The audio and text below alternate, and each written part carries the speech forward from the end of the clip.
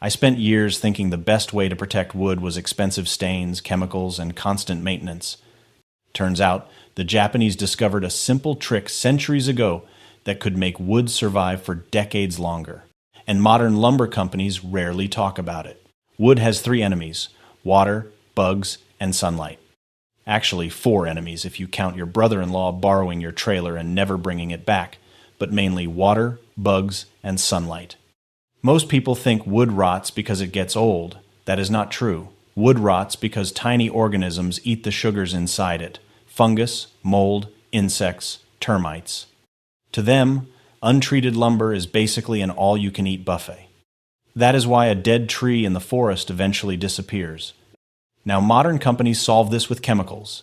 They pressure-treat lumber, they inject preservatives deep into the wood fibers, and yes, some of that stuff works pretty well. But there is a downside. A lot of treated lumber still needs maintenance. It still cracks. It still absorbs moisture over time. And some of the older treatments were nasty enough that you probably did not want your sandwich touching the sawdust. Years ago, I cut up some old treated fence posts with a chainsaw. Smelled like the machine was chewing through a chemistry set. And here is the important part. The old Japanese method does not protect wood by adding chemicals. It protects wood by removing something. That is the part most people miss.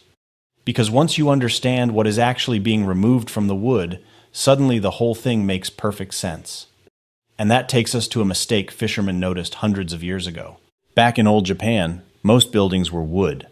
Tight streets, wooden houses, wooden shops, wooden everything. One cooking fire got out of hand, and half the neighborhood could disappear before dinner. But along the coast, fishermen started noticing something strange. After dock fires, some partially burned boards survived longer than normal ones. Not shorter, longer. Salt water bothered them less. Bugs left them alone, and they handled fire better than raw lumber. Now most people would see burned boards and throw them away. Lumbermen look at strange things differently. We are basically curious raccoons with chainsaws. So eventually they started burning boards on purpose. That technique later became known as yakisugi. Some people call it sho sugiban today. And the process was simple. Take cedar boards, tie them into a triangle like a chimney, light a fire inside. The flames rush upward and char the inside surfaces evenly. Then you stop the burn before the board is destroyed. That part matters. You are not turning the wood into campfire charcoal. You are only changing the outside layer. And what happens next is the real magic, because fire starts removing the exact things that cause wood to fail. But once you hear what those things actually are, you may start looking at every deck board differently. Wood is full of sugars. That sounds strange, but it is true. Inside every board are compounds called cellulose and hemicellulose, fancy names, but they are basically long chains of carbohydrates. Tiny organisms absolutely love them. Fungus loves them. Mold loves them. Termites treat them like an all-you-can-eat buffet with free dessert. Even fire loves them, which is exactly why dry wood burns so easily in the first place. But this old lumberjack trick changes the surface of the wood completely. When the outer layer gets heated the right way, something called pyrolysis happens. Big scientific word, simple idea. The heat destroys a lot of those sugars and weak compounds on the outside without ruining the strong core underneath. What gets left behind is mostly carbon. And carbon is tough stuff. Rot struggles to feed on it. Insects hate chewing through it. Water has a much harder time soaking into it. Then, there is the strange part most people never expect. Since the easy-burning compounds were already removed from the surface, the wood can actually become harder to ignite afterward. Makes sense when you think about it. The fast-burning material is already gone. That outer char layer basically becomes armor for the board. Now here is the funny part. Modern people see blackened wood and assume it became weak or damaged. Old lumbermen knew better. Sometimes the ugly dark board lasts 50 years longer than the clean pretty one sitting next to it. A little like old farmers. The rough-looking ones somehow outlive everybody. But let's not forget something important here. Not all burned wood is good burned wood. If you overdo the process, the surface can become brittle and flaky. I have seen people turn perfectly good lumber into something that crumbles faster than an old cracker left in a truck toolbox. This is the part where YouTube gets dangerous. You see somebody wave a propane torch at a board for 30 seconds, add dramatic music, and suddenly everybody thinks they uncovered ancient lumberjack wisdom in their backyard. Meanwhile, the board looks like a burned hot dog by the end of it. Real yakisugi takes control and patience. Too little char and you barely change the wood at all. Too much char and the surface becomes weak, flaky, and brittle. You are trying to create a hard carbon shell, not turn the thing into barbecue charcoal. There is a huge difference. The best char usually has a deep, cracked texture people call alligator skin, dark surface, hard underneath. If the surface wipes off like chimney soot all over your fingers, you probably went too far or heated it unevenly. After the burn, the boards are quenched with water to stop the process immediately. Then they dry fully before getting sealed with natural oils like tung oil or linseed oil. That extra step matters more than people think. Water resistance improves a lot when the surface gets properly finished. And another thing people forget, this method is not magic. If you bury charred wood in wet soil for years, nature still wins eventually. Nature always wins. She just likes taking her time about it. But compared to untreated lumber, the lifespan difference can be shocking. And speaking of shocking, the reason this method nearly disappeared in the West has very little to do with whether it worked or not. Now here's where things get interesting. Because this method worked. Really worked. There are Japanese buildings with charred cedar siding that have survived for centuries through rain, humidity, storms, insects, and changing seasons. Meanwhile, some modern fences start curling up and looking miserable before the receipt ink even finishes fading in your glove box. So why did the West mostly ignore this method? Simple answer: industry. During the 20th century, pressure-treated lumber became huge business. Chemical treatment plants expanded everywhere. Lumber companies could mass-produce treated boards quickly, ship them anywhere, and sell maintenance products alongside them. Everybody made money. And remember something important here. A board that lasts 100 years is not great for repeat business. That is just reality. Companies survive by selling replacement products, coatings, treatments, stains, and repairs over and over again. Now, before somebody gets angry in the comments, I am not saying modern treated lumber is useless. Some of it works very well. I have used plenty of it myself. But modern systems usually favor products that can be manufactured fast, standardized easily, and sold repeatedly. Ancient methods involving patience, craftsmanship, and controlled fire do not fit neatly into that system. Those are hard to wrap in plastic and stack under fluorescent lights at the hardware store. And honestly, most modern people do not care about maintenance until the bill arrives.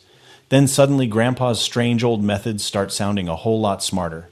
My grandfather had barn boards darkened by smoke, weather, and age that lasted longer than some treated fences I have seen installed in the last 15 years. At the time, I thought those boards looked ancient. Turns out they were ancient. Still standing too. But here is the funny part. This old method is suddenly making a comeback today, and not because people became nostalgic lumber romantics overnight. There is another reason entirely, and it says a lot about where modern building materials are headed. People are getting tired of disposable materials. That is really what this comes down to. Nobody wants to stain a fence every 3 years for the rest of their natural life. Nobody enjoys replacing warped deck boards because water sneaked underneath them one winter. And people definitely do not enjoy termites turning their porch into something that looks like wet breakfast cereal. So this old method started making a comeback. Modern architects now use yakisugi on houses, cabins, sheds, restaurants, garden walls, and even luxury hotels. You can find charred wood siding on buildings worth millions of dollars. And honestly, that part always makes me laugh a little. Fishermen figured this out centuries ago using rope, cedar boards, and fire.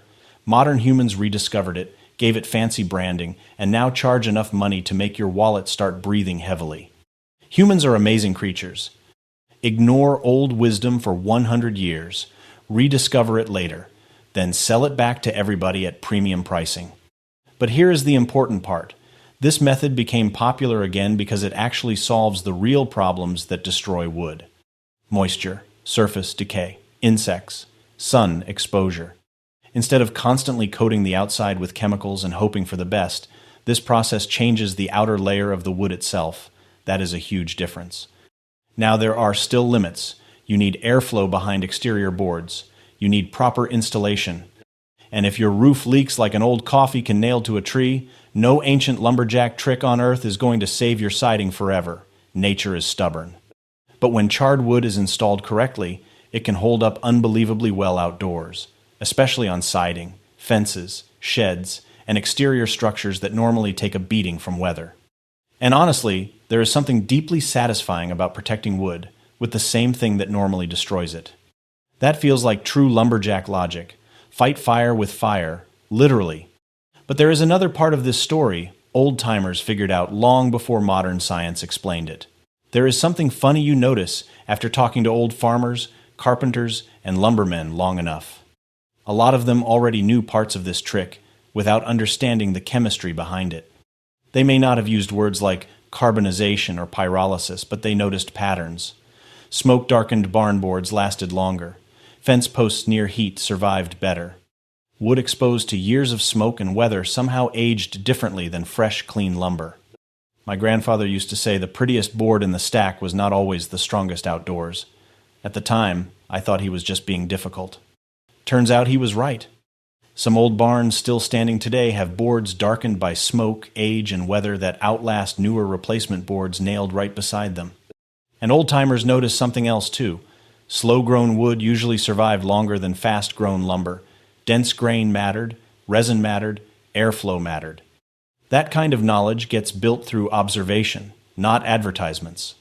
Old lumbermen trusted results more than labels. If a board lasted 40 years, they remembered it. If it rotted quickly, they remembered that too. And strangely enough, modern science later confirmed many of those observations almost perfectly. But not every wood species reacts the same way to this process. Cedar is still king. There is a reason the Japanese used it for centuries. Cedar already contains natural oils that resist insects and moisture. The charring process basically supercharges those advantages. Cypress works beautifully too. Certain dense pines can perform surprisingly well if they are dry enough before burning. Oak can work too, especially white oak, but hardwoods often require more patience because of their density. Maple can look fantastic afterward, though some boards crack more aggressively depending on moisture content. Then, there are woods that make you question your life decisions. Cheap, wet pine is one of them. I experimented with some scrap pallet pine once. At first it looked amazing. Deep black finish, beautiful texture. Felt like I had unlocked ancient lumber wisdom in my backyard. 2 weeks later, the thing started peeling worse than sunburned tourists at the beach. Moisture content matters far more than most people realize. If wood still contains too much water, steam pressure builds underneath the surface during the burn.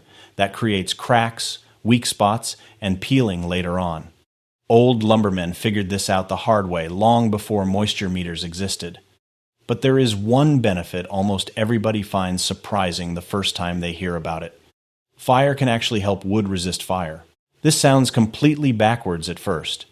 You are telling me burned wood becomes harder to burn? In some ways, yes. Not fireproof. Let's not get ridiculous. If your shed catches fire, the siding is not going to stand there flexing like an action movie hero while everything else disappears. But charred wood can become more fire-resistant than raw, untreated lumber. Here is why. The outer surface already passed through the fast-burning stage. Many of the easy ignition compounds were already consumed during the controlled burn. What remains is a carbon-rich shell that ignites more slowly. That char layer also acts like insulation. Heat moves through it differently than fresh exposed wood fibers. Makes sense when you think about it. The surface kindling already got burned away. That is one reason large old timber beams sometimes survive fires better than expected. The outside chars while helping protect the stronger core underneath. Modern firefighters actually observe similar behavior during structure fires involving large timber buildings. And honestly, old builders understood this long before scientists explained the chemistry behind it. They simply paid attention to which buildings survived. Should you try it? Honestly? For small projects, absolutely. This is one of those old techniques that teaches you more about wood than most people learn after years of buying lumber at hardware stores.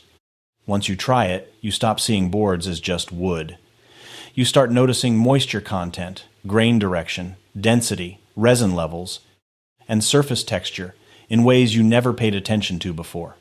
And suddenly you realize why some boards survive outdoors for decades while others fall apart faster than cheap lawn furniture left through one bad winter. Garden beds work great for this. So do sheds, fence boards, outdoor benches, accent walls, small cabins, and even chicken coops. Anywhere moisture normally causes problems, this method can make a real difference. But let's be clear about something. Do it safely. No dry grass nearby, no windy afternoons, no trying this after 3 beers and a motivational speech from your cousin Larry. Because this is still fire, and fire has an incredible talent for turning confidence into regret in about 15 seconds. The process itself is not especially complicated, but consistency matters.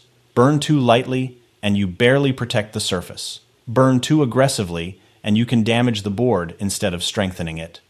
The sweet spot takes practice. But once you get it right, the results are impressive. The finish looks beautiful, deep black, rich texture, almost like old weathered barnwood mixed with charcoal. Water resistance improves dramatically. Bugs become less interested. And the wood often ages more gracefully than modern coated lumber that starts peeling and cracking after a few seasons outdoors. That is the ironic part. This old, nearly free lumberjack trick can sometimes outperform expensive modern products when it is done correctly. Not always. Different climates and wood species matter, but often enough to make people uncomfortable. And maybe that is exactly why this technique survived for centuries. Because eventually, real-world performance matters more than advertising, fancy labels, and marketing brochures promising ultimate protection in giant bold letters across a plastic bucket. A few hundred years ago, builders discovered that controlled fire could make wood tougher, longer lasting, and harder for nature to destroy. Not by adding chemicals, by removing weakness. That knowledge nearly disappeared because modern industry moved in another direction. But the wood never forgot, and honestly, neither did old lumbermen.